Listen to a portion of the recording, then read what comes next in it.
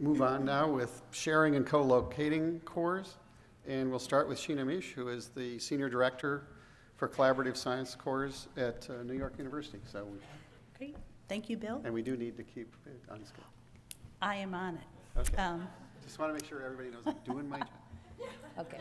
So thanks to NIH and ABRF for sponsoring this workshop. I have to say that I'm really happy that the previous speakers have spoken to pretty much everything that I would like to say. And and Bradley, I have to tell you that your senior VP, what used to be my senior VP, and most of what she put in place at Utah is exactly what we have at NYU. So, so just, I put this as a context of, we've been talking about this for a number of years. There has been some really good learnings from these workshops, a number of publications talking about research technologies and how they will fulfill the promise, why people want to work in cores, why are they so fabulous. But it started as a need for getting access to technology and expertise, and it's now evolved to how do we support these very complex research projects that are ongoing, and the role of the core resources and cross-disciplinary approaches and team science. So that's really going to be my theme here. And not to belabor the point, but this was the centralization at NYU came out of a very intense internal review of what was working and what was not working. And in 2009, the Office of Collaborative Science was created. David Levy is the Associate Dean. I was recruited shortly thereafter, and we started with consolidation of cores.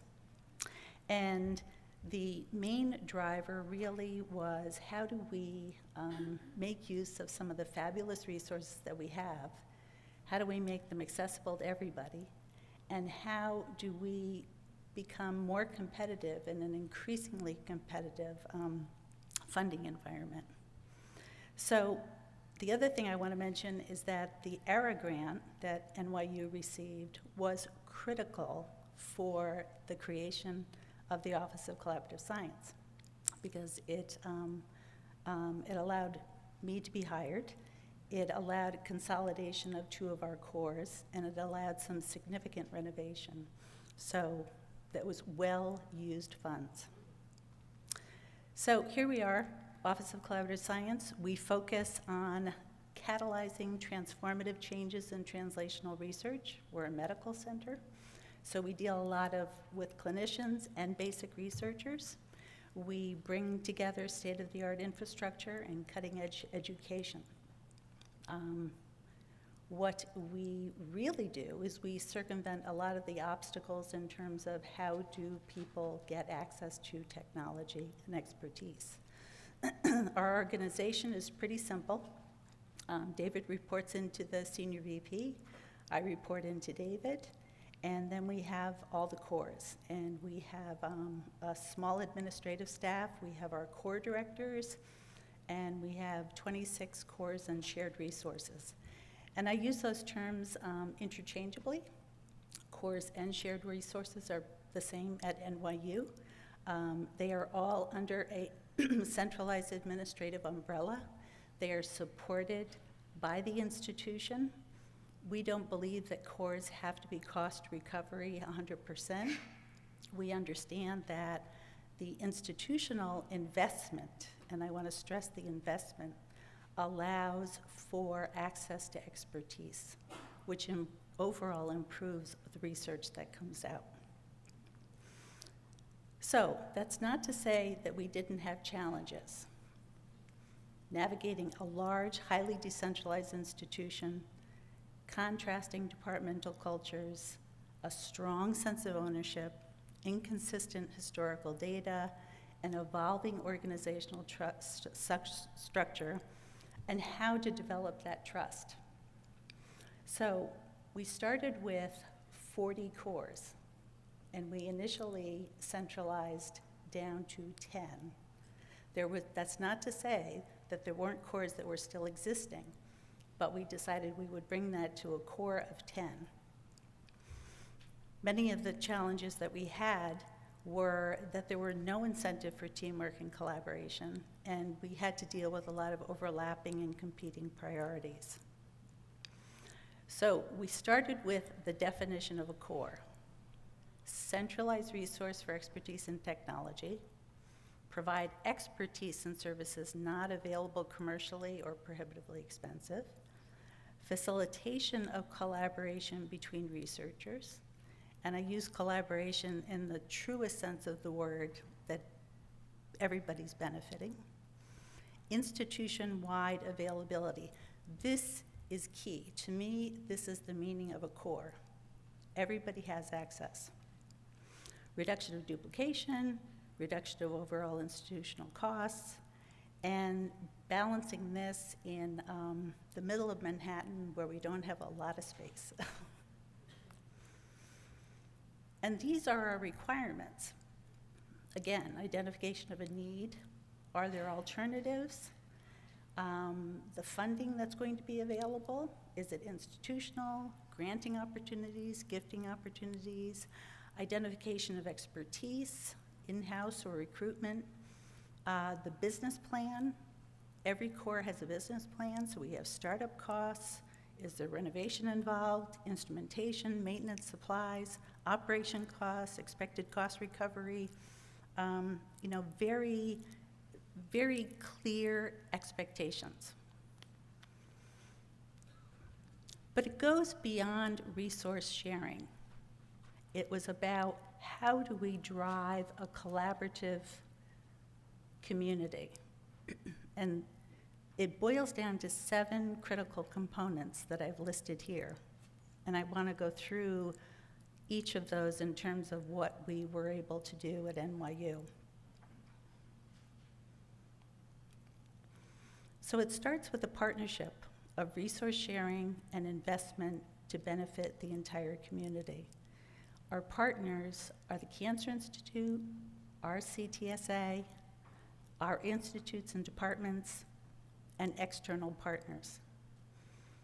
This partnering provides a very clear identification of opportunities, financial support.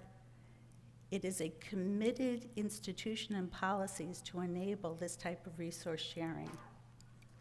This also drives the conversation. We meet with our partners on a regular basis, both the administrative side as well as the scientific side, and overall, we democratize science. So it's not just the well-funded PIs that get to use the cutting-edge technology. Everybody has access. This is the organizational structure of the cores. So OCS oversees the cores. And I'd like to say that the core directors are in control of their own destiny, as Julie pointed out. They have their own organizational structure. We have spent a lot of time in terms of organization, roles and responsibilities, clear expectations, a career path for our scientists. We employ user groups as a sounding board for what's working, what's not working, core scientific advisory board, and of course an overall advisory board. We create opportunities for education, exchange, what ifs. We have a lot of lunch and learns. We have we sponsor a lot of activities, technology seminars. And this core consolidation provided an institutional platform for our extramural partners. So these are both our academic partners that we have bilateral agreements with. We have great support for the New York Genome Center, for the New York Structural Biology Center. And I have to say that these partners were critical to NYU for the post-Sandy recovery. So I can't talk about NYU without talking about Sandy, but clearly there was a silver lining, and it served as a nucleation event for a culture change. So Jim, you talk about how do you change a culture? I would not recommend this. However, it definitely brought everyone together. It changed the perception of what sharing, community, and shared vision was. So, with our infrastructure collapse, it brought everybody together, all levels of the organization. And the cores led by example because they are by nature collaborative. And by having the cores, it allowed the research to continue. I can't say how critical that was that the cores provided that. And the cores also had to respond by creating a distributed model of cores to meet the demands because our researchers were everywhere. And it streamlined partnering for our external academic and industry partners. So the last part of my talk, I want to talk about core scientists. What NYU did was they hired expertise, educators, and innovators. All our core directors are full-time, non-tenured faculty. They offer comprehensive services for experimental design to data interpretation. They develop integrated, project-centric, cross-disciplinary teams. This is critical in a medical center that's bringing together clinicians and researchers. And so they can't just be great scientists, but they have to be collaborative, they have to be good communicators, they really have to manage vision and purpose, and they have to be entrepreneurs. So when we hire our core directors, we want to develop them.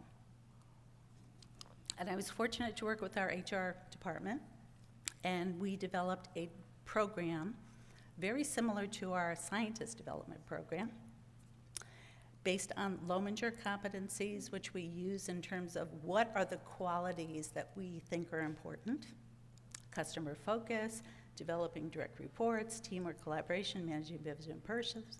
Then we did through a whole development with Myers-Briggs, conflict resolution, receiving feedback from others. You can see that there were many issues, many topics that we had to cover that we felt were so important in terms of driving expertise in terms of core directors. The core directors are now in the faculty non-tenure. We have clear criteria for their promotion, and here I've listed them: exhibiting strong collaborative nature, contributions to the academic mission, publications and acknowledgments, and funding. And getting back to the question of, so how does that work? You know, they don't have RO1s. None of the core directors have RO1s. But they're all named as co-investigators, co-PIs on grants. They are part of center grants. They contribute to the funding. And this is actually, getting back to the question of ROI, this is actually what we look at, because we measure the number of grants that are supported in a core, who's written letters of support, who's named as percent effort, publications, numbers of grants. All of those things go into a factor of our review for performance for our core directors. So I'll leave you with the idea that a core's model is evolving. It used to be centers of excellence, and what we have created at NYU is an organization, almost an organism, because you can go to one core director and start an idea for a project, and that core director will then connect with a number of other core directors to make sure that that project is going to be addressed completely. So they drive the translational research. They develop integrated, project-centric, cross-disciplinary teams. They provide the nucleation for collaboration. And we have seen such a tremendous increase in the number of collaborative projects at NYU. that have been initiated through the cores, and that the cores are an integral part of. And they offer these full services from experimental design to data interpretation. So again, the institutional support is critical in getting this type of centralized, shared resource off the ground. And continued institutional support allows for further expansion of those requirements for additional cores. So, what are the continued challenges? Well, how do you change a culture? Well, you have to reward teamwork and community behavior.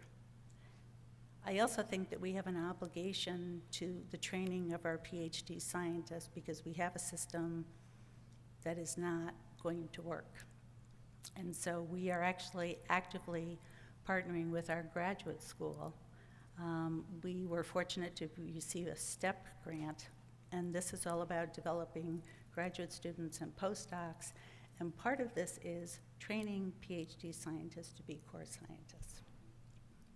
It is a great career path for many people.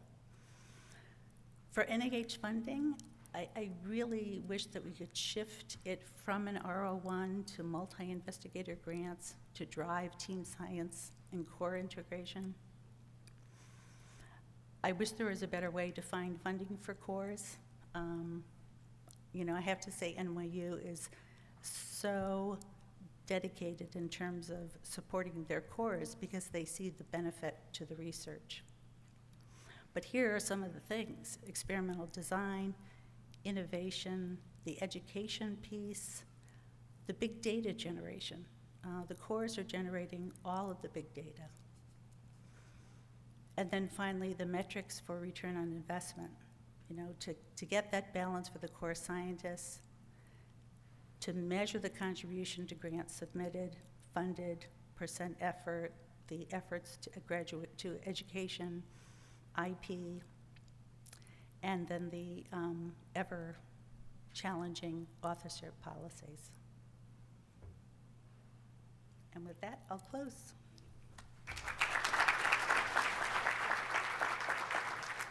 That's mine. One quick question. That's it. I'm interested that in all the definitions that have been given today about what constitutes a core facility, as a core director, the number one question that I get asked by university administrators is how many people use your core and from how many different departments do they come? And I see, for instance, in the last talk, availability to the campus. There's a difference between availability and usage. And I get the distinct feeling as the core director that my future somewhat depends on how broad a use the core gets rather than its availability. So if all my users come from one department, I'm not going to get institutional funding. They would request that to come from departments. So am I unusual in being asked how many users and how many different departments across campus constitute my core?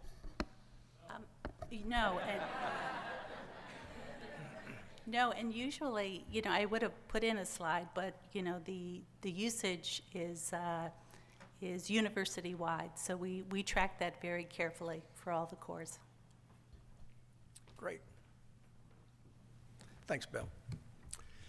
So I'd like to share with you, I'm sure, a vision that is shared with all of you, and that is that many of us want to, in this room, create a network of state-of-the-art core labs and centers, all of it, of course, to accelerate the basic translational clinical research.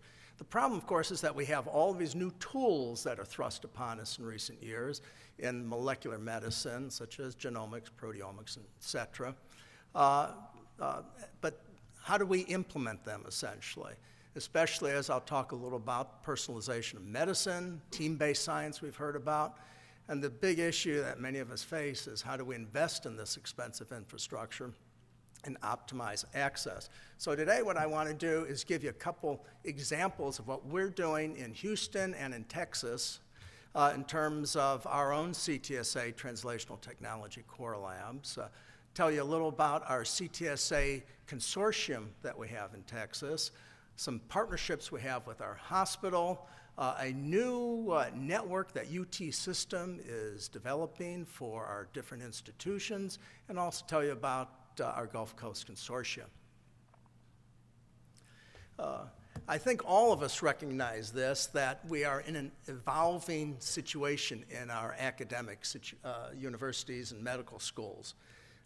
Prior to the 20th century, what we really did was teach. We were the repository of knowledge, and we taught the next generation that knowledge. But of course, in the 20th century, we became a research university, research med school, where we not only taught that knowledge, but we developed. We were a knowledge producer, both for basic research and clinical research. The real impetus for this, of course, happened during World War II, where the Allies won the war because there is a military, academic, industrial convergence working together to develop the Manhattan Project, radar, et cetera. Vannevar Bush really beautifully outlined this in his book, The Endless Frontier, demonstrating how it was important that academics participated in this research effort. And that led, of course, to the creation of NIH, NSF, and so on, expansion beyond ONR. Today, what I'd posit is that we're in another evolution, and what I like to, it's a bad word or good word for some people, that we're in a 21st century translational university med school. So we have to teach, we do knowledge production, but we also have to start thinking many of our researchers have to become translational researchers too, and that we really have to become part of a network of knowledge and product production, get the job done essentially. And in order to do that, we've got to create multidisciplinary, multi-institutional cooperative partnerships. And again, I'll illustrate that with 3 examples. I'm sure everyone here was familiar with the President's State of the Union address, where he outlined the importance of precision medicine. I'm sure our core labs recognize that in this area.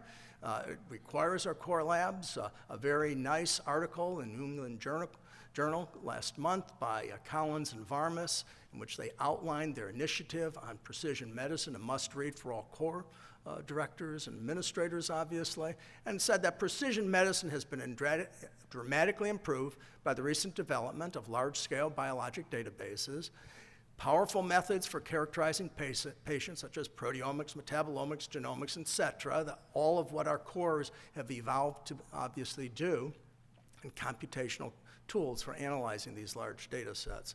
And their focus is initially on cancer. That's what NCI cancer centers are really focusing on right now. But now they're going to apply this to all of health and disease down the road. So it's really incumbent upon all of us as managing core directors or core directors to be ensuring ourselves that this is a major initiative that clearly NIH is pushing forward, and we need to ensure that our cores cooperate and help us move that precision medicine initiative forward. And most importantly, as outlined by Varmus and Collins, is that we have to encourage our next generation of scientists to begin to learn how to use all these new tools. And that's what our cores are all about, to teach that information. They're going to have a cohort of 1 million individuals for next-gen sequencing, including all the blood components and proteins and so on. So there's a lot of business out there. We're all going to be busy for the next few years and everything, assuming the money's there. In the near term, of course, is in pharmacogenomics. But again, they're emphasizing, and we should listen to them, they're paying the bills for much of us, that they want to see a team approach, that we work together essentially. But they will require new resources, they point out. And this is the problem, obviously. This is from last year's analysis. And as we all know, that 25% in constant dollar reduction over the last 12 years, right after Varmus's heroic effort of getting us a doubling of the NIH budget, has been just an awful thing many of us have dealt with. Even with the new president's budget for this year, we'll still be below where we were in 2012. So how do we do what we're all excited by the capabilities we have in front of us. Our core labs have the capability of achieving this, but there isn't any money. Francis Collins gave this slide at the AMC Research Deans meeting in 2012, and many of you might be familiar with this. This is what's known as Ehrum's law, which is Moore's law in reverse. And just as the number of transistors on a computer chip have doubled every 18 months, and that's why we have an iPhone that is the capability of an IBM 360 in our pocket.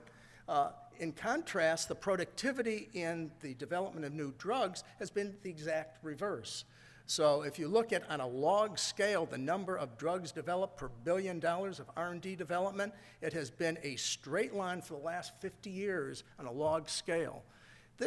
I mean, when you think about technology, what's going on here? We had the advent of the understanding of the structure of DNA, the genomics revolution. We had cellular and molecular biology, structural biology revolution. We had medicinal chemistry, high throughput screening, combinatorial libraries, structure-based drug design. Someone tell me where any of those modern innovations have impacted the slope of that line. So this is what Collins is telling and why NCATS is telling us. We've got to figure out a better way of doing things here, folks. And this is part of the problem. So today, if you look at what industry or what many of our universities and med schools are trying to do, we're trying to accelerate this process, which now takes 10 to 14 years, over $1 billion to develop a given drug. And starting off from the basic research now, we're saying that we can possibly accelerate or better understand that by using the omics revolution and our informatics to identify a target. And then we have all of our high throughput screening or in silico, structure-based, to get a hit or a lead for drug, and all of our pharmacodynamics and pharmacokinetics. Ultimately, what we're all being told is to develop companion diagnostics, a biomarker that will help stratify patient populations or tell us whether we're really hitting the right target with our systems biology in an iterative process. The fact remains is that industry, pharma and biotech, has abandoned this early phase, and now we're asked, with the limited resources we have, to come up and be part of this process of new drug development by developing new targets, new even leads, essentially. And so one of the things that many of us, I'm sure, in this audience are trying to do in our institutions is organize ourselves. Certainly if you have a CTSA, you're trying to organize yourself. And in the Institute for Molecular Medicine, my own department of nanobiomedical engineering, we have essentially tried to put cores that will be able to facilitate this process. Our own Center for Clinical Translational Sciences, our CTSA with MD Anderson and UT Health, as well as our Texas Regional CTSA, is organizing ourselves. The Gulf Coast Consortia, our UT system, in order to be able to facilitate this type of process, to move the path forward till we can get things translated ultimately into some clinical trial. Just like many of you here, we have our list of core labs, 30-odd different core labs. Actually, UT Health is a very decentralized process. And after the talks I've heard this afternoon, I'm going to run back and say, we got to centralize, folks. But we do have our CTSA, which has organized ourselves, and we have translational technology. So we've tried to organize those product development cores, the omics and the drug development cores, into our effort to facilitate that process. And one of the other efforts that we try to do in terms of operation of these particular subset of cores is that we have, from our CCTS, and probably many of you who have a CTSA do it as well, we have a core lab pilot grant to subsidize the utilization of these cores for those researchers who can put in a short grant, essentially. And in addition, we're looking for translational team-based science, that we put together multiple cores that can solve a problem rather than one or two cores. For example, we have our proteomics cores, one of which is focused on the basic and translational science. The other is focused on clinical assays. But by putting them together, essentially, we can take a very high-end mass spec instrumentation and solve the problem along the whole pathway, from developing a biomarker, proteomic biomarker, to actually developing a clinical assay. So you have other high-end in our CLIA lab focused mass spec instrumentation, essentially, that we can now use. For example, with those types of instruments, and we're all instrument. These are $300,000 to $1 million instruments that you need, and that's why we're in core labs. But now one can develop, say, in a 5-minute assay, of 42 drugs simultaneously and measure their amount over 4 orders of magnitude. The technology that we see in front of us is really absolutely amazing today.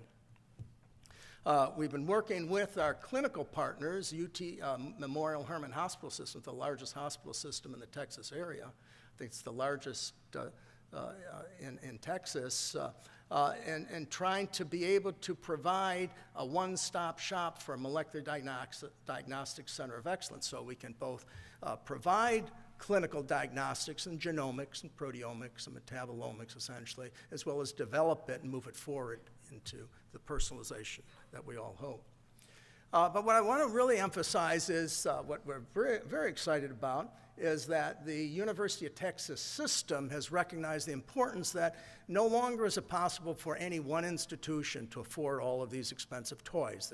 Just in the proteomics mass spec, there's over $4 or $5 million worth of mass spec instrumentation. We can't afford that any longer. And these things go out of use every 3 years or so.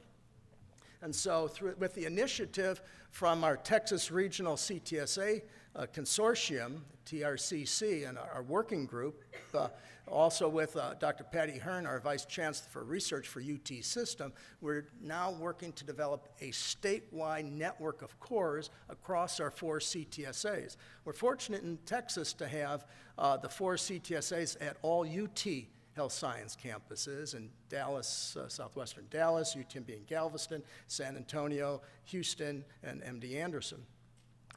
And we have been working to create a memorandum of understanding, initially between our health campuses, but now we just had signed all 16 UT campuses. Any of you who have tried to get a few campuses to sign a bilateral agreement between legal and finance and everything appreciate the complexity. It goes up as the end power of the individual. So this was a 16th power effort to get everyone to sign on, but we did it last December.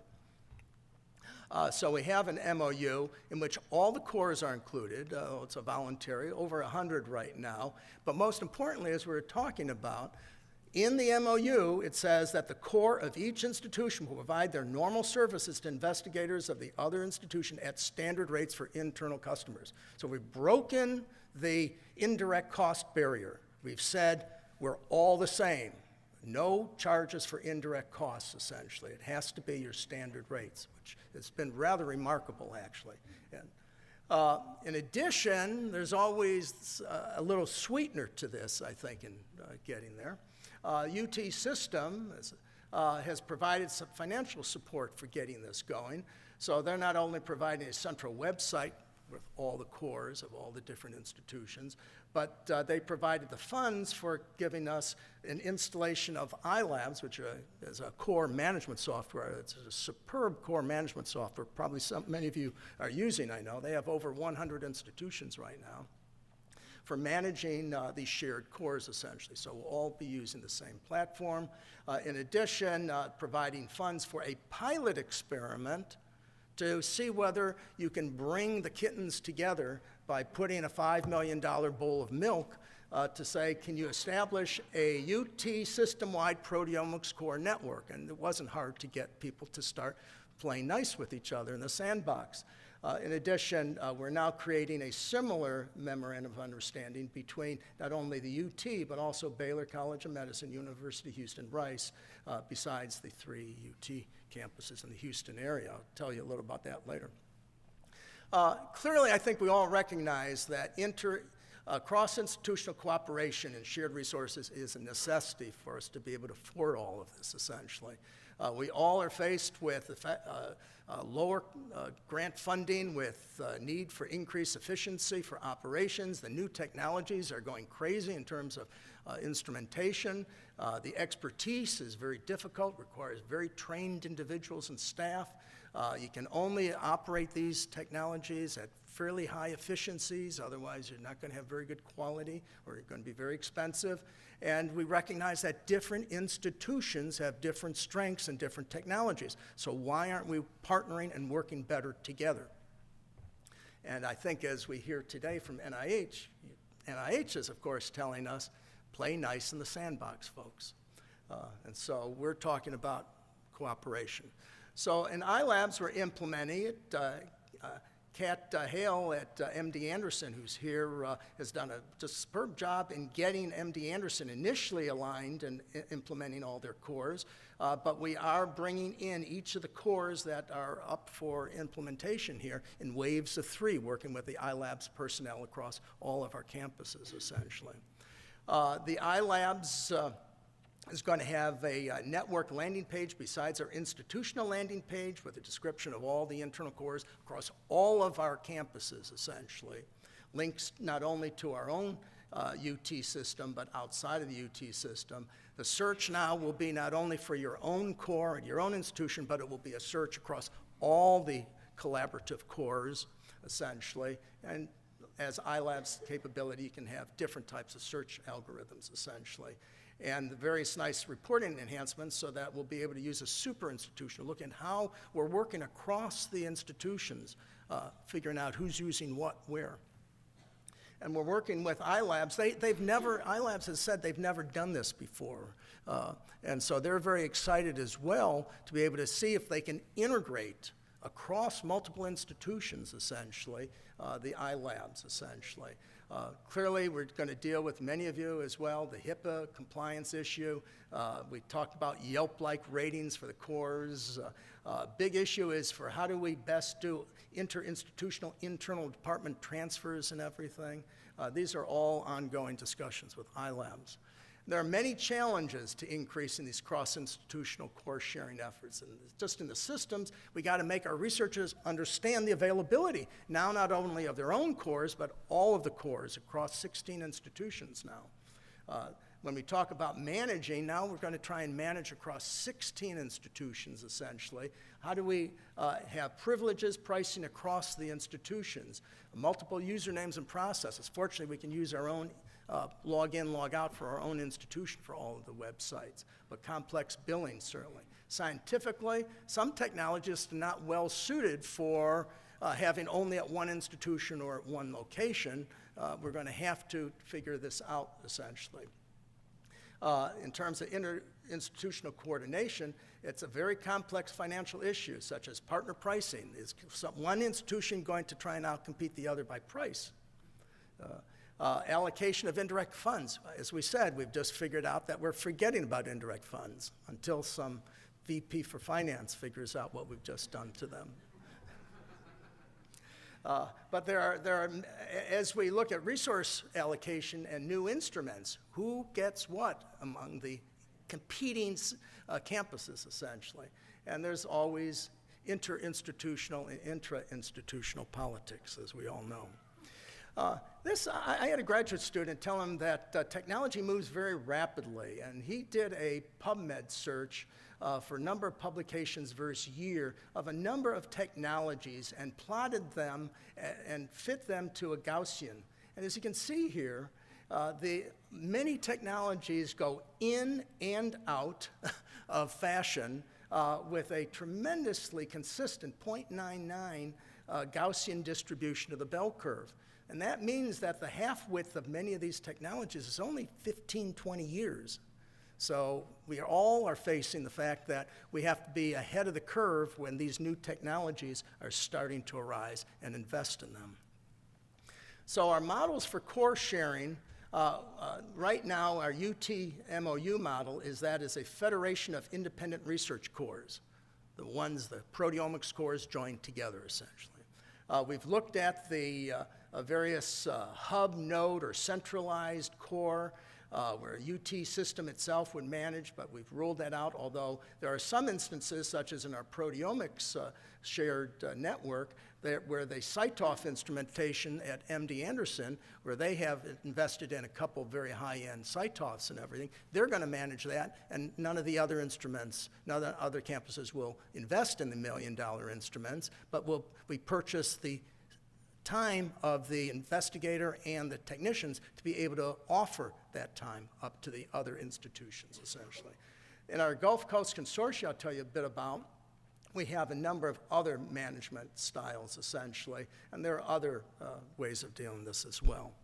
So our UT Proteomics Network involves Southwestern, Arlington, Dallas, UT Dallas, MD Anderson, UT Health, UTMB, UT Austin, the Health Science Center in San Antonio, where we have already proteomics cores.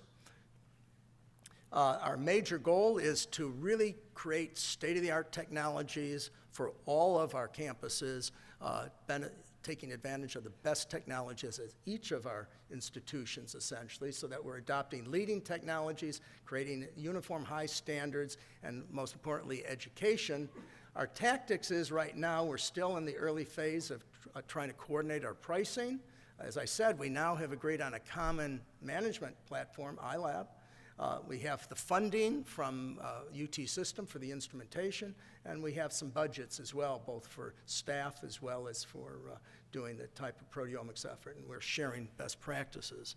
So major equipment that's been distributed is not to duplicate. So in UT Health, we're getting some $1 million instrument for an Orbitrap fusion. That's also going to UT Austin, but they're developing a laser for some top-down proteomics that they'll then, once they develop that technology, distribute it to the other centers as well. And each one has some special capabilities.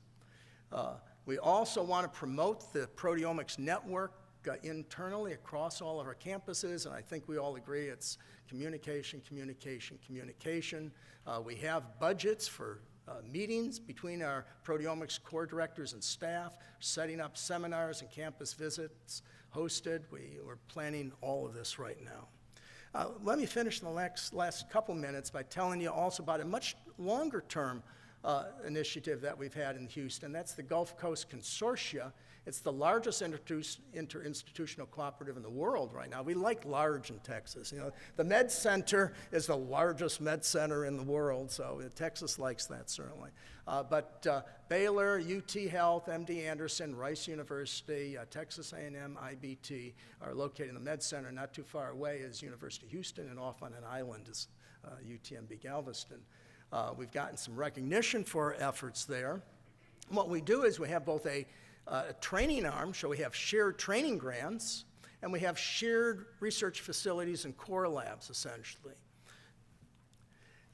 For example, we have large high-field NMRs, essentially shared between our campuses, and this has been going on since 2001, when we first formed the Gulf Coast Consortia, essentially. We have a shared high-throughput screening facility. That was funded by Welch Foundation as well as the Cancer Prevention Research Institute of Texas, a $3 billion funding initiative by the state of Texas for cancer development, and they bought us part of our chemical genomics facility, essentially. And then there was also Beamline paid for by NSF and NIH. So we've already had great practice over the last 14 years in doing this among the Texas institutions. The collaborative effort in the Gulf Coast Consortia has paid off. We have many training grants. Currently, we're down to 6. We had at one time 10, but it's been difficult getting a couple refunded right now. We've had shared equipment, such as the 800 megahertz NMRs and MRI and Beamline and drug screening efforts. We have over $60 million in funding through various agencies, essentially. And why is the Gulf Coast Consortia successful? It's a different model, essentially. Rather than a federated model, we have a strong centralized, there that's word centralized again, administrative structure with a dedicated staff driven by bottom-up faculty initiatives. The faculty provide the glue between our 6 institutions, now 7 actually. We combine our resources, 70 shared training slots across our institutions. Over 500 faculty are involved in sharing the facilities and everything. Willingness to evolve into new areas of science. We've gotten philanthropy. We've gotten these foundations, such as the Keck Foundations, to originally support us in everything. And we have, most importantly, the institutions provide the GCC an annual funding base to support this centralized operation. So let me finish by acknowledging our Texas Regional CTSA Consortium, the UT system, our proteomics network, our TRCC Core Lab Working Group, Kat is here, Gulf Coast Consortia Group. Thank you.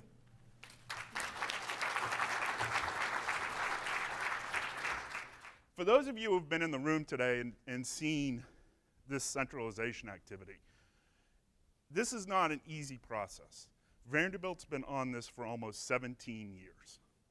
And it really started back in 1997 when someone who's in the room, Larry Marnett, who is now our Associate Vice Chancellor of Research, and a bunch of other people got together and started to develop a strategic plan for research. And that was the beginning of the taking root of trying to centralize cores at Vanderbilt.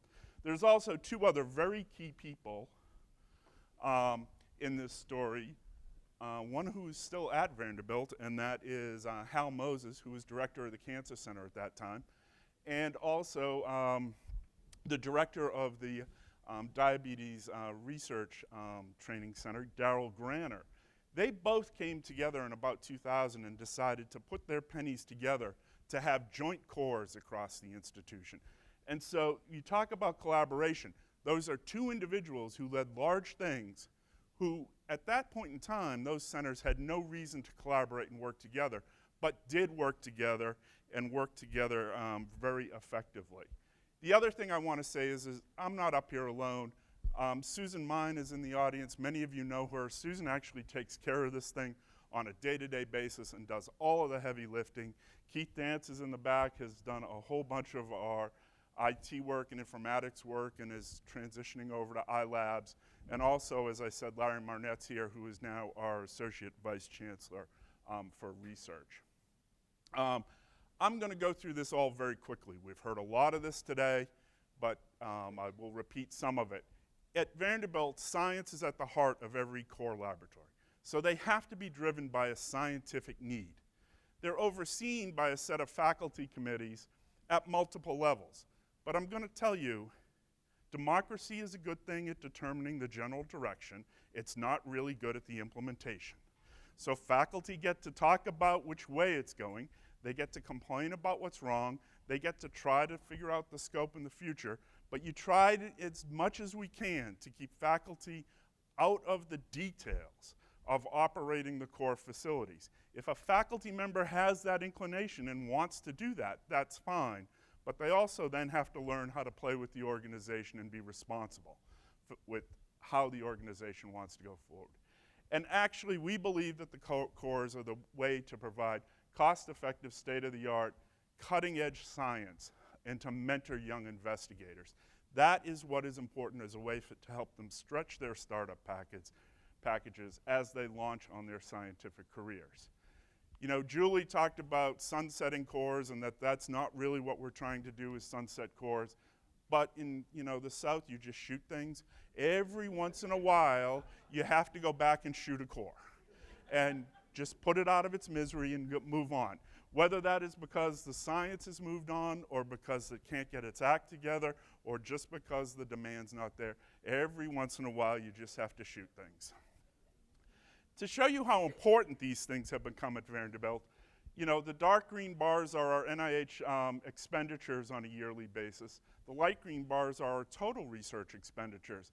And you can see now, we've got about consistently $40 to $45 million of research expenditures running through our core facilities.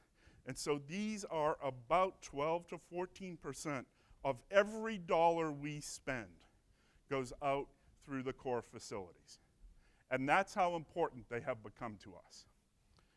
We have about 90 things that call themselves core labs. They range from really big things to tiny little things. Some of these things, genomics, DNA technology, animal care, they're all cores. Some of them may be shared specialized service centers. There's also, because the process is so organized, some of the department chairs decide to put dishwashing and glassware washing into cores so they can recover some money, and that way they're charging their investigators and they're not using their precious institutional allocations on providing that service. As I said, we have a commitment to the cutting edge technology. We've had 45 shared instrumentation grants since 2008, and we have matched those with about $7 million of institutional funds. We also spend about $4 million a year on various parts of core infrastructure. Part of that is buying new equipment, part of that is starting new cores, part of that is just making sure we have the administrative staff going forward. Particularly when we start new cores, you know, I believe that everybody has an addiction tendency. You just got to figure out what the receptor is. So for a lot of our new cores, we'll make the price really cheap in the first year and subsidize it, and then start increasing over time. And so by the third year, we expect the cores to be break even on their own. So get the investigators addicted at the front end when it's cheap, keep working on quality, keep working on performance, keep working on turnaround time, and then by the time when it has to stand alone, you can have it so that they're really nice and addicted to the technology. You know, I'm not going to say it because I'm being videotaped. Some of you have heard me with a different analogy in other rooms. Out of the 90 cores, there's 35 that we really consider are institutional. Things like genomics, things like animal care, things like cell imaging, things like fMRI, those types of things. But what we do here is we work through, whoops, what did I just do? We work through a very tight set of management and control. Particularly what you can see here is that on the left-hand side, in the red box is the Associate Vice Chancellors for Research. That is where all the core facilities report to, both in their administrative activities and in their scientific activities. The centers in the purple are obviously very important because they provide financial support through the various NIH grant mechanisms, all of the Vanderbilt investigators in green, and in the middle there you see the blue box of the cores and the shared resources. Well, the way we look at it is that the faculty is a scientific director. This is someone who doesn't spend a lot of their time, but make sure the science is moving forward. Make sure that they're there to help faculty with experiments. There's a core manager or operations director who is a professional scientist. This is what they do for their whole life. They are not tenure track. And then you can see we have the core staff down below. There's an individual core advisory committee that we hope meets once a year, talks about service, turnaround time, new ways to go, issues of price, all those sorts of things. And then over on the left-hand side, as a institutional advisory group is something that we called ISROC, or the Institutional Shared Research Oversight Committee, that provides global input to Larry and his colleagues in their role as Associate Vice Chancellors. So they provide information on, hey, we need to start developing a core that does this. This isn't really working for us. They start to do that. They also have recommendation power over how equipment is going to be refreshed. How are we going to spend capital dollars to refresh equipment? They also do some other things that I'll talk about later as a gatekeeper for how many shared instrumentation grants are eligible for an institutional match. And so this is really critical to how we move forward by getting the input of the faculty, getting the faculty engaged, but not giving them the ability to get down in the nitty-gritty and manage what is going on. So it is a shared governance model at the very highest levels. You know, one of the things that we provide institutionally is a consistent recharge policy that we try to ensure is compliant with the new OMB uniform guidance. There is financial oversight and support that comes from the institution / the Office of Research. We have the core's billing and management system that ensures appropriate cost recovery. This is moving to the iLabs platform, hopefully sooner rather than later, but we will be moving to the iLabs platform. And then we have professional development for the core technical staff, and this provides them with a sense of community. They then understand that there are other people like them.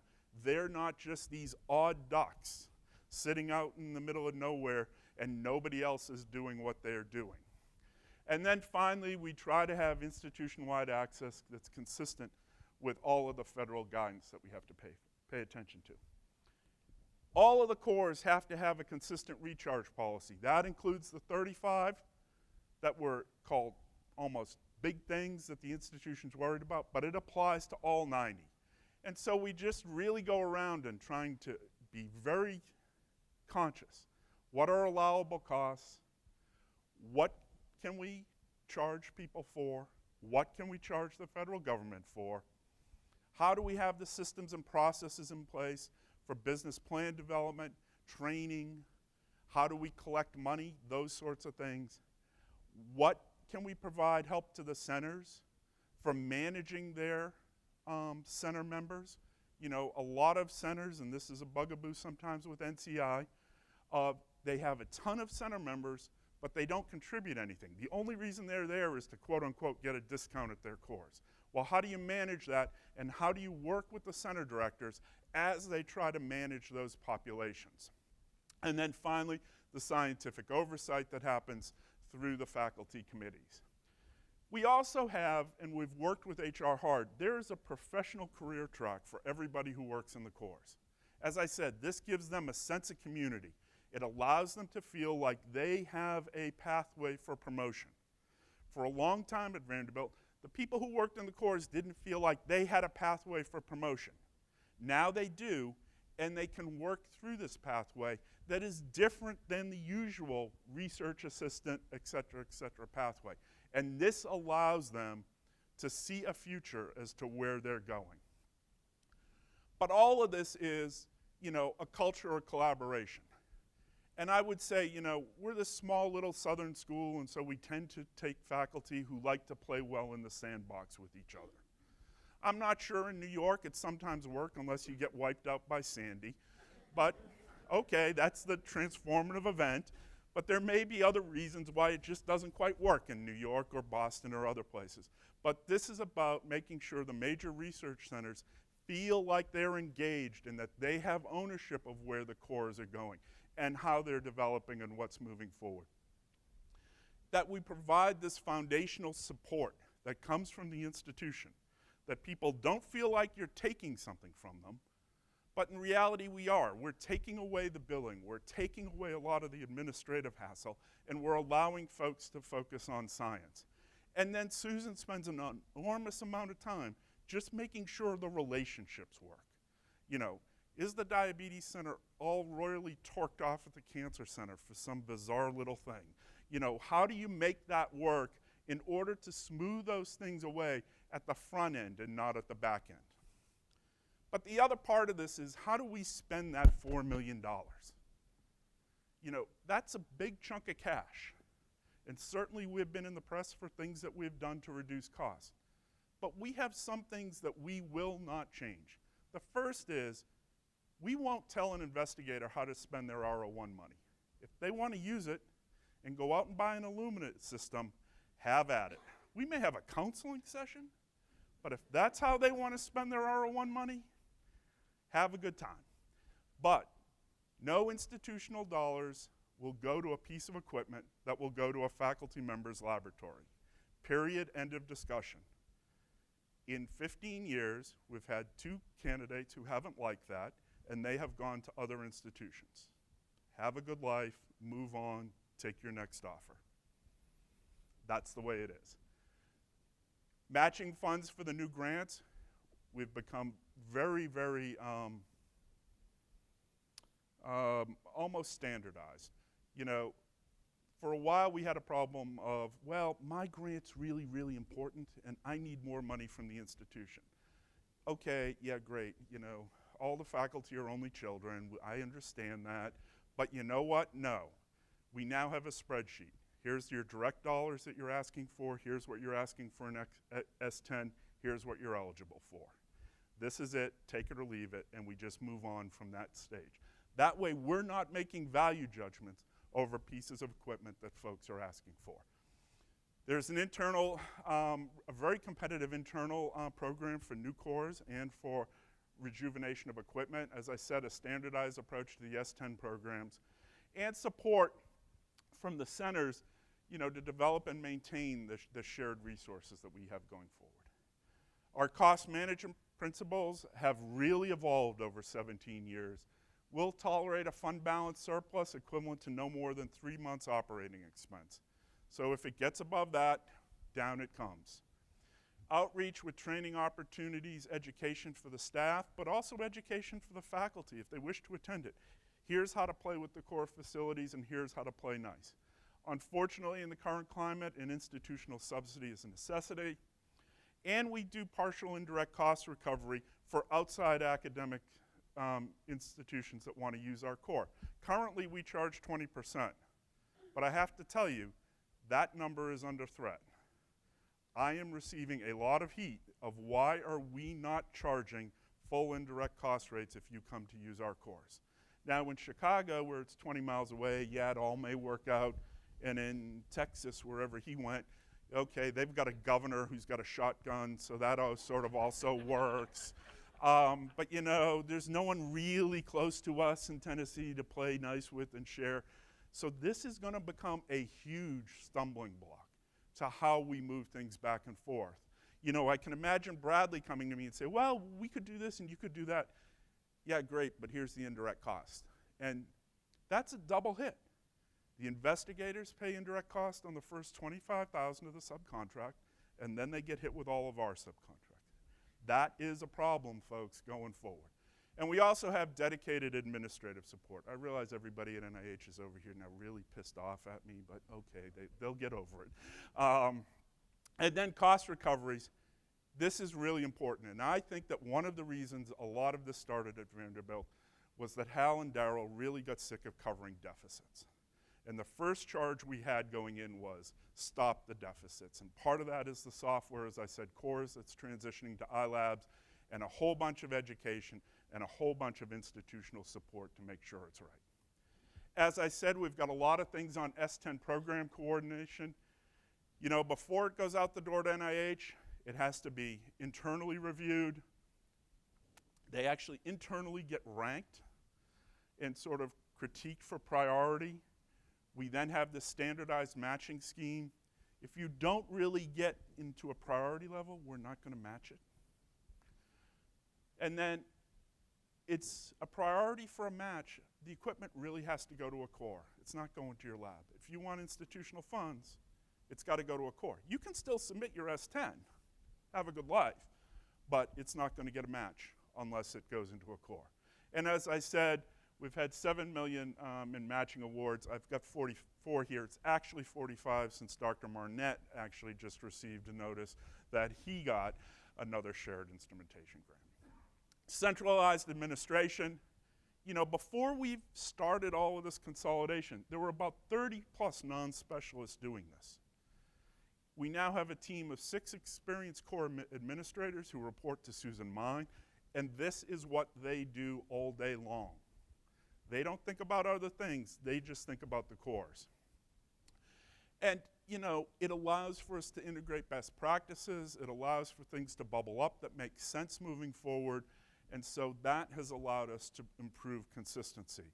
It's this tight match between centralized, this is how you're going to do it because finance wants to know X, Y, or Z, and allowing some innovation to flow up as to what goes on and what makes sense moving forward. And we think this is best done in the cores, not done in the academic departments, which have different missions and are thinking about things entirely differently.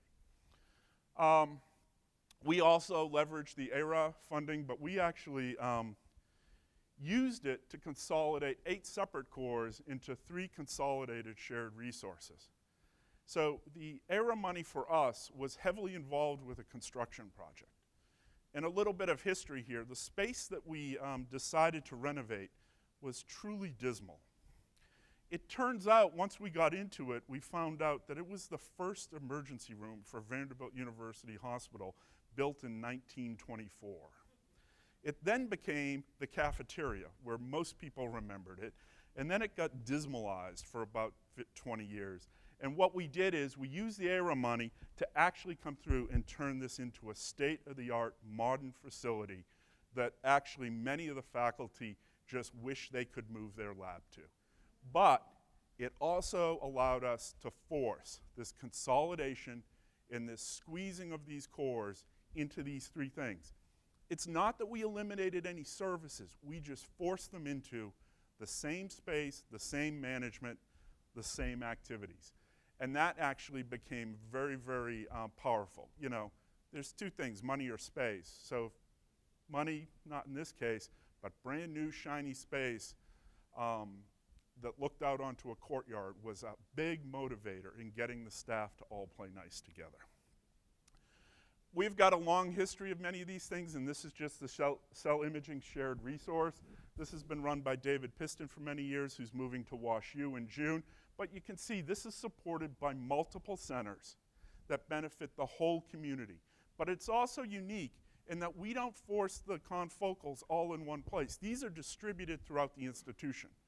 So the neuroscientists have one, and everybody else, you know, sort of has one, and I think there's seven or eight now, but they're distributed, but it's one management structure, one leader, one set of chargebacks, one set of rules. And so that's where you can send stuff to the organization where it needs to be, live cells, et cetera, et cetera. They want that close, but it's all captured with one management structure. I was encouraged to hear a few things today from NIH. We early on got very, very concerned about some of the federal guidance of you must charge all federal grants one price. And whether that's NIH stuff or NSF stuff, that got us very, very concerned almost 10 years ago. And we came up with a way to offer scholarships, which allows the Cancer Center to incentivize its members to effectively get a discount. So what they do is they pay X out of their R01, and the Cancer Center pays Y with a scholarship, which leads us to the price that everybody pays. And so that is the mechanism we used. The added advantage is the Cancer Center, Diabetes Center, whoever it is, now can hold the distribution of the scholarships out to make sure that members are doing things that they want done. So they have a way to incentivize faculty to play nice and to play well with the Cancer Center and other types of activities. And I'm picking on the Cancer Center here, but it's also diabetes, digestive disease, and believe it or not, the Kennedy Center, which has really been focused in on how to get faculty to do what they need done as part of the center activities. So I'm going to do a little bit of a soapbox here, and this has to do with interesting regulations. Many of you may or may not realize that the volume of paperwork that is now going to be required for S10 grants has dramatically increased. And in order to play off one of the NIH speakers, this is bean counting to the max. A whole bunch of new things are required for S10 grants that continue for 5 years. This has two things. It almost will shut down the desire for Vanderbilt to allow anybody from outside the university to use the course. Because chasing those folks down for this data is an administrative nightmare for us. I get that we hold the public trust through the money that comes from the taxpayers to NIH, through the science, making sure that there's no scientific misconduct, and making sure that the money is spent well. I get it, I understand it, and I appreciate it. And there has to be some level of oversight. But I have to tell you this, we're probably going to have to hire an FTE just to track all of this stuff down and keep it going forward. This 5-year tail that we now have is going to be extraordinarily painful to monitor and produce. We have to do it, I get it, but it is going to be hard and painful. Like I said, I understand we have the public trust, but there has to be a balance between making sure the money is appropriately spent and going overboard in what I consider here is a real extraordinary administrative activity that we're going to have to go through. And when this was presented to the chairs, you know, uniformly it came back, what are they going to do with all this? What's a study section really going to do with all this? And so I think if we're going to do this, we need to be a little more explicit about here is why this is important. Cost recovery issues, you know, conflicts between compliance and program expectations can, in some cases, limit core access. You know, we've shut down multiple operating units, increase administrative burdens. The whole thing with NIH and NSF, you know, there my pet peeve is high-performance computing. NIH gets it. You're going to buy a piece of equipment, it's going into a shared resource, and we don't care what you buy. NSF wants you sort of account for things by processing time and processing power. You try to match these things up and you get a nice headache and you just sort of send in the grants and hope it all works out. You know, this is such a nightmare on high performance computing. Some days I think we should all start a 501c3 that is just about high performance computing for scientists, and we try to get NIH and NSF to agree, here's how they're going to fund it. You know, Google's not exactly tuned for high performance computing, all of those things. But this is a nightmare, and that's one firm example of where differences in how things are funded really lead to difficulty for institutions to make biomedical science, physical science, all of those things that require high performance computing work together. Okay, you know, I know it's not going to change, but I am going to say the administrative cap is a little painful with all that we're doing on this. Our increasing institutional subsidy of these research cores, you know, if we can't charge indirect cost rates that are full, it is very hard for me to justify external users using these facilities with what we are putting into them. And then every year, more and more of our cores become specialized service centers. You know, animal care, fine, we've all dealt with that as greater than $1 million. But as other things come in, you start ending up with this huge burden of accounting for space, accounting for depreciation, then making sure all of that stuff stays out of your indirect cost proposal.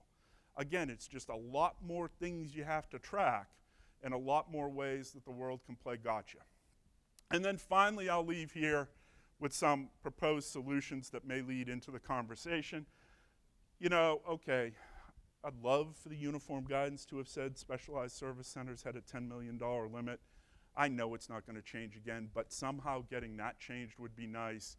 You know, the frequently asked questions that NCRR and now NCATS put out, that was done. Thank you very much for that. You know, some of the indirect costs on how we look at subsidies, those sorts of things. Interagency cooperation, how do we have things that make sense for NIH, NSF, DOD, all of which have legitimate roots in how they look at things differently. I get it, you know. They all have different ways that they have looked at things. DARPA looks at things even differently than other DOD grant things, but how do we work that? How do we build capital equipment purchase costs into core service rates? Yes, we obviously have to exclude things that come from S10. That's not it, but the things that we're buying ourselves, depreciation of equipment really isn't sufficient to maintain a lot of the core technology.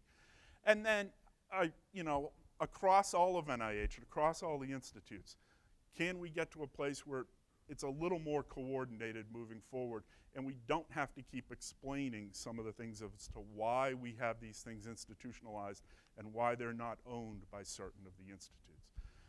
And with that, that is all I have. Thank you very much. Julie?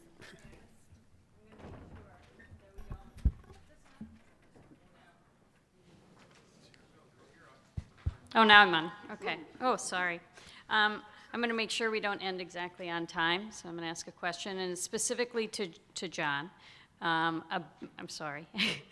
About the point about the additional reporting requirements on S10s. So I actually feel a little bit more favorably about those than you do. Apparently. I think that the benefit I think the benefit of that type of reporting for core facilities is that it actually is rather easy for us to provide a lot of the mechanisms, especially the utilization records.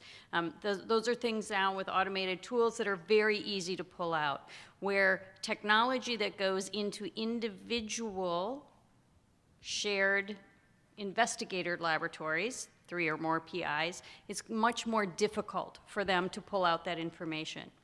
And so I think it actually was a stroke of brilliance on the part of ORIP to actually force that kind of recognition and accountability for technology that is funded through the S10 program that doesn't go into shared research facilities.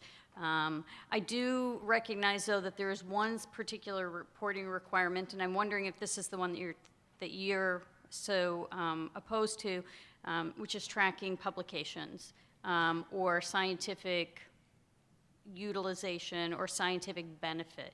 I just am not sure what it is that you feel so strongly about. Well, Julie, I think that the tracking of scientific publications, we've all spent, and you've spent a bunch of time, trying to get investigators to do this. Yes, they do some of it, Right. but it is very, very hard to get them to play nice. You know, we've done such things at Vanderbilt, have gone through PubMed and say, okay, Vanderbilt plus cell imaging. What do you try to find? It becomes this onerous process, and it just feels that it's very heavy-handed. The other part of it is that if we're going to allow people not at Vanderbilt to do things and we have to track that stuff, you know, okay, I can imagine the conversation you and I would have when you were at UCSF of, hey, what did Dr. X do and get me his publications? That's a really quick phone call. So that's part of it. I also think that some of the numerator and denominator stuff that's in there around usage is going to inhibit some things about exploratory science and trying for the cores to develop technology. I think part of what goes on is that the cores need to have time to play with new methods and new things, and I think that's going to be potentially inhibited. You know, the raw usage statistics, yes, sure, we can hit a button and generate those. I'm not, that's not what I'm worried about. It's some of the other things. Okay. Thanks. So let me take a slightly different view, but agree with you that it's onerous, but for a different reason. And it reminds me of effort reporting, which is the data that we're collecting on usage and on publications and on grants is incomplete at best and maybe erroneous. And so my concern is that we're putting a lot of effort into something that's giving us useless information, number one. And then number two, what are we going to do with useless information? We're going to ignore it. So why go through all this if we're not going to do it well? So the challenge, Jim, is how to do it well. You know, there's been a lot of pushback on effort reporting for just this reason, which is it's very difficult for us as faculty to partition our time to know exactly what it is that we're doing, and we give that information, as poor as it is, back to the government, and everybody seems to be happy with it. But as administrators within the university, we know it doesn't capture accurately what we're doing. The same thing with publications and grants. At the moment, we don't have ways to do this accurately. And even if we did, what are we going to do with the information? So for a slightly different reason, I agreed with you. This is a little bit of not the way to do this if we're really trying to find metrics that evaluate whether this is a good investment or not.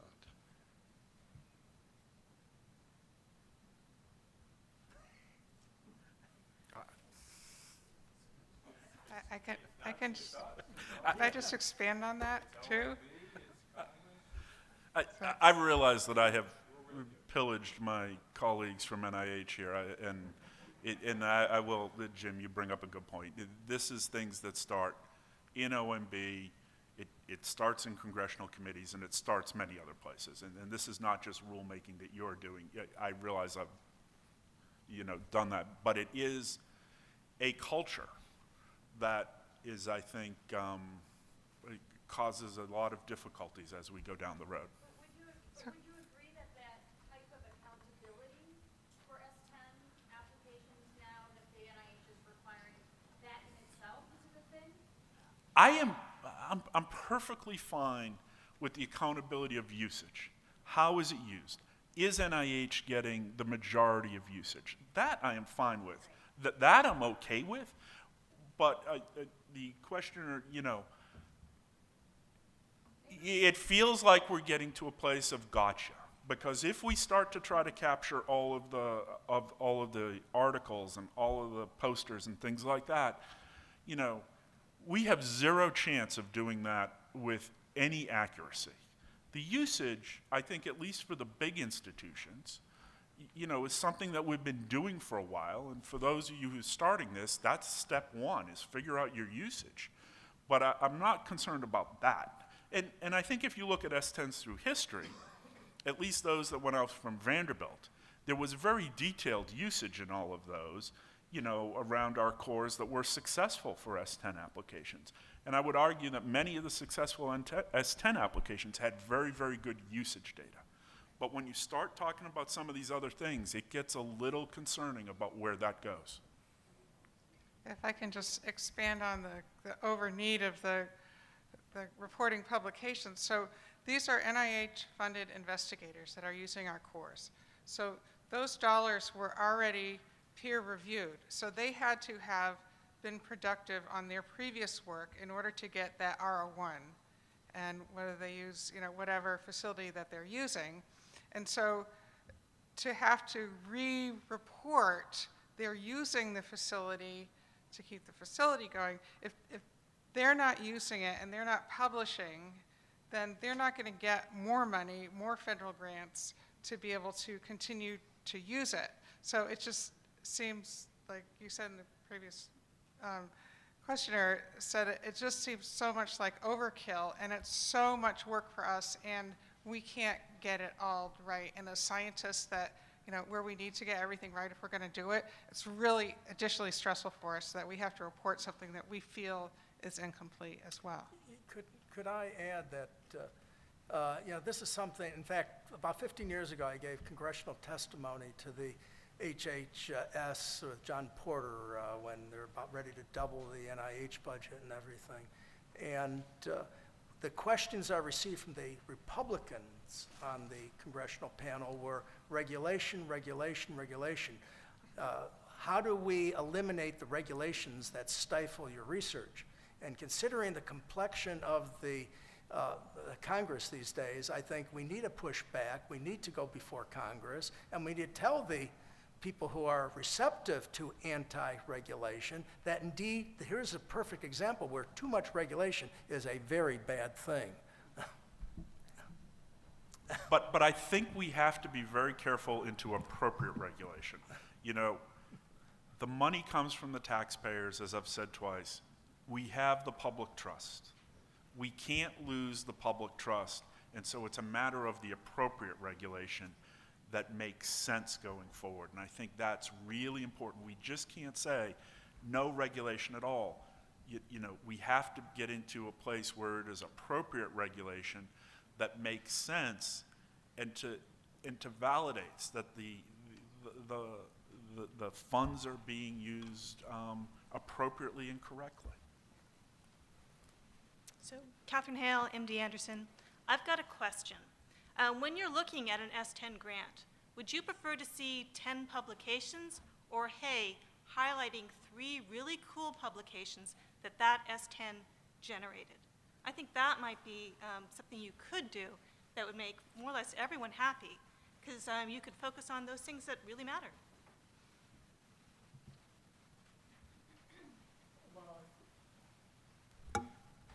Well, it goes back to peer review. You know, it's up to them to decide what is appropriate with respect to publications and, you know, what is really good quantity versus quality.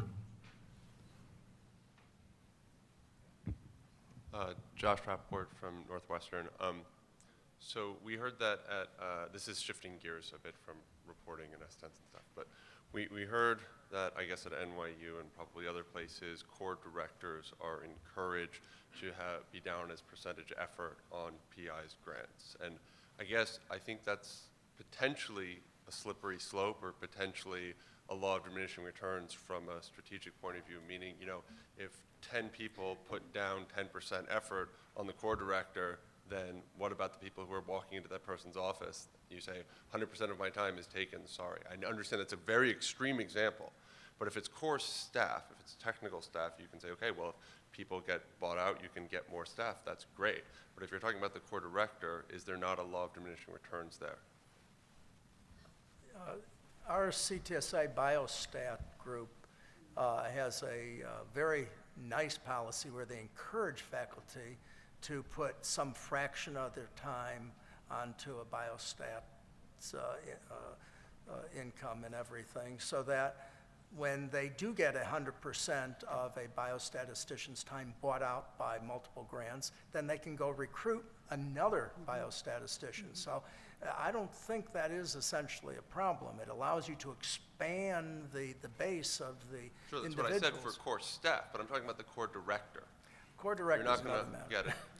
Yeah, well, Twin. with the core director, it's actually, the discussion really comes down to who is going to put the effort in on that grant. So it has to do with, sometimes it is the core director, sometimes it's staff members, but it never even approaches anything close to even 50%, so. And everybody is treated the same. It's like a large family. We play no favorites. Yan from University of Maryland. I have a question to David, specifically to the way you network your core facilities. For example, proteomics. And then you allocate the cost to new instrument to a specific institute. So how would a smaller institute compete for fund for new instrument? If they can't do that, do they get cut off eventually because they don't have the technology to compete? And then how about job security for these people? Well, the funding from the UT system that's providing for some of the shared instrumentation and everything is a competitive. There is an RFP, different institutions aggregated their efforts, proposed, was externally reviewed. The Vice Chancellor for Research ultimately made the choice of which groups had the best idea with the best instrument package and what they're going to do. And so there was an opportunity for multiple campuses to combine in different ways with different instrumentation at different institutions to put the best package forward for external review. So I think we all agree peer review is probably the best mechanism for making those types of decisions and everything. And we've just taken it one step further with in that fashion. And the fact remains is that it's so expensive, as many of you know, in mass spec these days for proteomics, for any smaller institution to gear up to be able to have a fair number of individual mass specs and instrumentation personnel and everything to be able to operate it, that UT Health Science Center Tyler, that didn't have a bunch of cores and everything, was delighted to join on because now they have access to the same level of cores that any of the other health science faculty do as well. They were delighted. They didn't want to compete and try and get any instrument. Right. I know this is the most efficient way, but what I'm thinking is if there's already a local person that's hired to do the job, but then eventually you join this network, and whatever he's doing becomes non-competitive. So as far as this person is concerned, this is where he ended up with, started his career with, all right, or she. And then what, you know. We're still working out the details. This is work in progress. Okay. Okay, we'll do one more question and we'll wrap. Hopefully this is actually a completely different topic. I'm Heather Richards from the Ohio State University Comprehensive Cancer Center, and along that lines, having cancer center mindset, I was hoping some of the panelists, either up here now or that had spoke earlier, who have consolidated cores, who have different center grants, CCSGs or CTSAs, or from the Diabetes Center, how did you overcome each center's requirements, and then what were your any challenges, and how did you overcome them? Because coming from the Cancer Center, we usually say, well, our way is the right way. I know that mentality. So how do you account for usage and the subsidies that come from each of the different centers? John, B? Well, I think I would say two things to start. First of, the requirements now of the P30s are converging pretty closely. You know, show usage, show publications, show that the money is contributing to high impact research. So I think that part of the traditional argument of, you know, NIDDK and the Cancer Institute had different ways of looking at things is starting to melt away. Now, obviously, directors of those centers still may feel at The Ohio State University that they're different, but I think that the requirements for the grants, by and large, are starting to converge dramatically, and I think that's very positive, and I think that as long as you're, you know, as Julie and I have been talking about, collecting usage data accurately and thoroughly, that provides you with the mechanism to take data to those directors and say it's moving away. You know, the other part is long-standing traditional silos that I think as we continue to try to figure out how to use funds efficiently and effectively, everybody gets it and sort of starts to get with the program. Were there any challenges in like creating fees or? Okay. So I want to thank you for making it through the afternoon. On behalf of NIH, I want to thank the speakers for all of their ideas. I want to thank the participants for your ideas and also for sharing your concerns. If we don't hear them, we can't do anything about them. And you were very generous with your concerns. So we apparently have a lot to do. So what are we going to do? One thing I can tell you that we will prepare what's been said today and lists of concerns and ideas about what we can do to enhance core efficiency in the future. And we'll prepare that as a public report. And Sally and I will make sure that it all is discussed with NIH leadership to consider what's feasible, what we can do, and move things forward. I think we have made a lot of progress in the last 4 or 5 years. There's a long way to go. I also think that institutions have made a lot of progress in the last 10 to 15 years, but it's with different solutions and it's uneven, and many institutions have yet to embark on this. So I really appreciate some of your presentations today. I think are they're almost primers, instruction manuals in how to think about change, and we'll also make the video available to folks. And with that, I just thank you all again and leave it to Bill if he wants to close. I think everybody wants to leave, so I don't want to say too much. But again, I just want to reiterate, I really appreciate, and you know, Jim reached out to us and wanted to do this, and so I would like to reiterate, we'd like to see, you know, what the possibilities are for making this a routine thing, maybe every year or every 2, you know, whatever you feel you can afford. I think most people would be highly interested in that, whether you know, change the focus each time or what. I think we'd really like to be involved in that. Good, thank you. Safe travels, everyone.